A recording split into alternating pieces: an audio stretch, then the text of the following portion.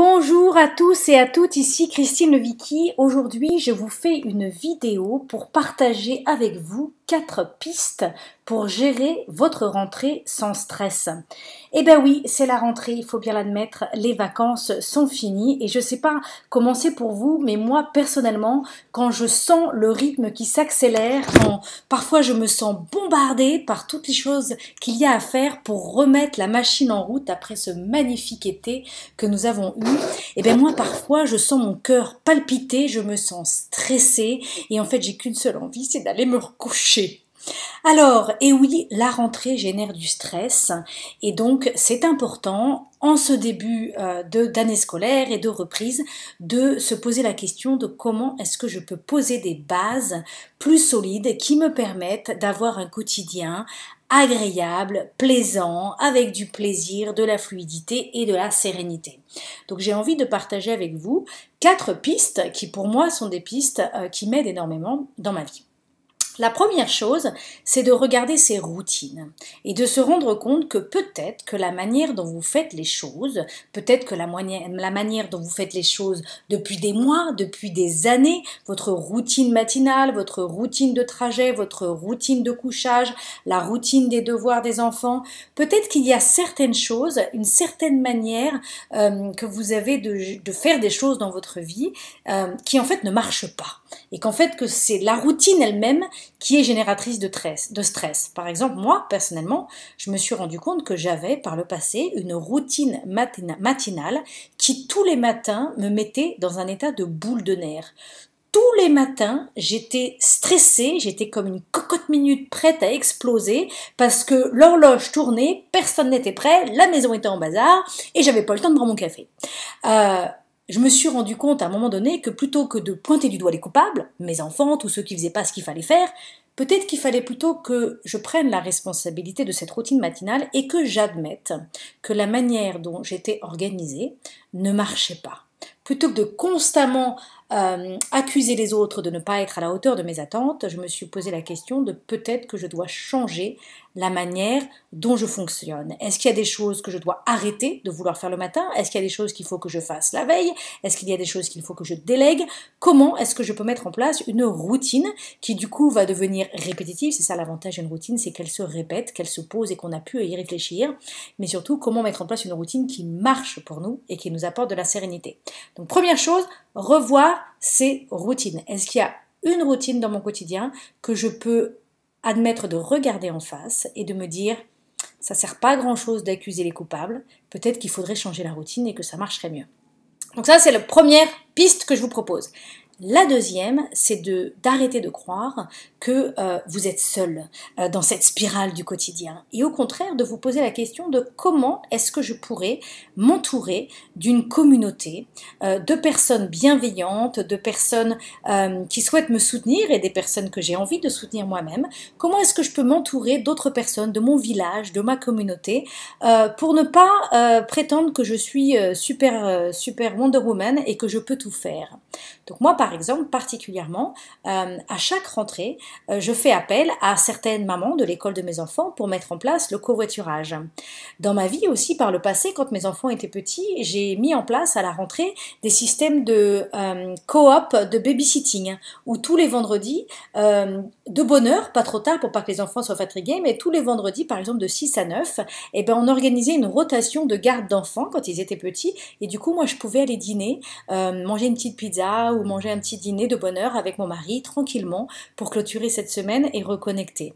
Donc, le covoiturage, la coop de babysitting. J'ai aussi à un moment donné de ma vie organisé une rotation de repas avec mes voisines où une fois par semaine je cuisinais pour 3 familles. Je faisais un repas, on convenait les menus à l'avance et je faisais un repas pour 3 familles. Et ce qui voulait dire que 2 fois par semaine j'avais un repas qui était livré chez moi. C'est formidable, finalement, c'était bien plus simple pour moi de faire un repas pour 3 familles que de faire 3 repas différents pour ma propre famille. Donc voilà, là vraiment c'est l'idée de se dire comment est-ce que je peux arrêter de tout faire toute seule et comment est-ce que je peux demander de l'aide autour de moi et donner mon aide autour de moi pour que tous ensemble on ait un quotidien qui soit plus simple et qu'on ait moins de choses à faire et qu'on puisse fédérer les efforts de chacun. Donc la deuxième piste, c'est votre communauté. Comment s'entourer de personnes qui peuvent vous aider et vous soutenir. La troisième piste, c'est s'accorder la permission de mettre plus de plaisir dans votre quotidien. C'est la rentrée, vous êtes en train d'inscrire les enfants aux activités, vous êtes en train vous aussi peut-être de vous réinscrire au club de sport, peut-être qu'il y a les deadlines qui se remettent en route dans votre boulot, votre agenda qui se remplit, tous les rendez-vous qui sont en train de se prendre. Et si vous preniez rendez-vous régulièrement avec votre plaisir? Alors par exemple, moi personnellement en cette rentrée, j'ai plusieurs rendez-vous plaisir que je suis en train de mettre en place dans mon agenda. Le premier, c'est que j'ai envie d'avoir un apéro avec des amis une fois par mois chez moi. Et d'ailleurs, le premier aura lieu ce soir. Donc apéro une fois par mois avec des amis juste pour se marrer, pour se retrouver, pour rester un peu dans cet esprit joyeux, ludique, simple des vacances. La deuxième chose, c'est que j'ai envie de danser plus régulièrement. J'ai envie de danser au moins une fois par semaine. Donc je fais de la place dans mon agenda et je regarde quelles sont mes options pour aller à des cours de danse ou pour aller danser plus régulièrement. La troisième chose, c'est que j'ai décidé de complètement réorganiser mon bureau, je travaille de chez moi, et de transformer mon bureau en un temple de créativité. Alors j'achète un nouveau tapis, des petits meubles, pour faire en sorte que mon espace de travail soit aussi un espace de plaisir, un espace de créativité, un espace de beauté. Et la dernière chose aussi qu'on a mis en place, c'est qu'on met en place avec mon mari un mercredi sexy. Et oui, tous les mercredis, on a décidé de passer la soirée à développer notre intimité, faire des petits exercices, des choses qu'on a pu lire dans les livres sur le tantra, sur comment développer son intimité. Et bien le mercredi, c'est le soir où on va mettre en pratique toutes ces petites choses et ça va être notre rendez-vous sexy le mercredi. Donc voilà, vous aussi posez-vous la question, comment est-ce que je peux faire rentrer dans mon agenda des rendez-vous, des choses qui vont apporter plus de plaisir dans ma vie. Et la dernière piste que je vous propose à mettre en place pour vivre votre rentrée avec moins de stress, c'est d'apprendre à célébrer. Apprendre à allumer votre radar de tout ce qui va dans le bon sens. Parce que qu'est-ce qui vous génère du stress dans votre vie? Ce qui vous génère du stress dans votre vie, ça se passe entre ces deux lignes. C'est l'écart entre vos attentes et la réalité.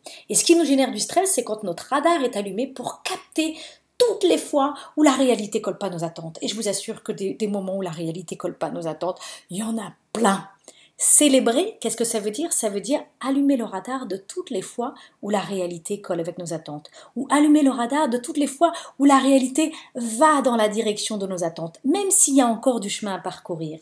Célébrer, c'est voir ce qui va dans le bon sens, c'est encourager les progrès, c'est voir les efforts de chacun, même s'il y a encore du chemin à parcourir.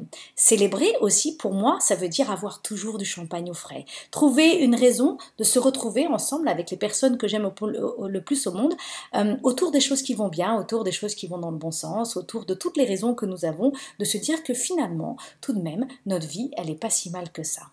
Donc voilà, je voulais partager avec vous ces 4 pistes pour gérer la rentrée sans stress et je voulais aussi profiter de cette vidéo pour vous inviter à me retrouver sur la page Facebook, sur le groupe Facebook J'ai le Power. Nous commençons actuellement sur ce groupe Facebook un tout nouveau challenge de rentrée et ce challenge de rentrée s'appelle 21 matinées sans râler. En effet, tous ensemble, nous allons essayer cette expérience de se dire qu'est-ce qui pourrait devenir possible dans ma vie si entre le moment où je me lève le matin et le moment où j'arrive au boulot, j'arrivais à gérer cette zone qui en général est une zone rouge, une zone de tension parce qu'il y a beaucoup de choses à faire avec une horloge qui tourne et beaucoup de choses qui ne se passent pas comme prévu. Comment faire pour gérer ce temps de la matinée entre le moment où on se lève et le moment où on arrive au boulot? Donc on parle là d'un créneau d'à peu près 2 heures, sans râler. On va essayer de faire 21 jours entre le 9 septembre et le 30 septembre, où pendant cette fenêtre matinale, nous allons déployer, mobiliser notre énergie et se poser la question de qu'est-ce que je dois changer pour réussir à vivre ces 2 heures sans râler? Est-ce que je dois changer mes routines? Est-ce que je dois changer mes postures? Est-ce que je dois changer mes attentes? Est-ce que je dois changer ma communication? Nous allons vivre ensemble et cheminer ensemble pour réussir ce challenge. Rejoignez-nous sur la page J'ai le Power. Au revoir, à bientôt.